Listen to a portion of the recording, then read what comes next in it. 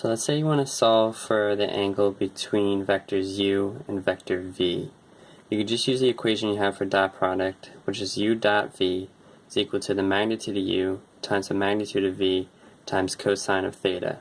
And since we're solving for the angle, we'll rearrange for theta, which is equal to the inverse cosine of u dot v over the magnitude of u times the magnitude of v. So the first thing we'll do is solve for the magnitude of u, which is equal to the square root of negative 10 squared plus 0 squared plus 4 squared, and that's equal to the square root of 1/16. Then we'll solve for the magnitude of v, and that's equal to the square root of 1 squared plus 2 squared plus 3 squared, and that's equal to the square root of 14. So now we need to solve for the dot product, but we can't use this equation because we're already using it to solve for theta.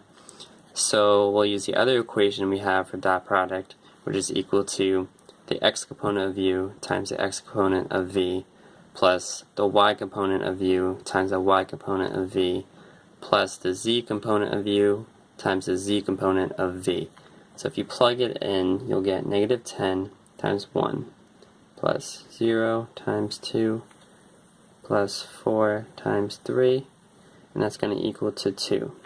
So if we go back to the original equation, we'll get theta is equal to the inverse cosine of 2 over the square root of 1/16 times the square root of 14. And if you plug that into your calculator, you'll get 87.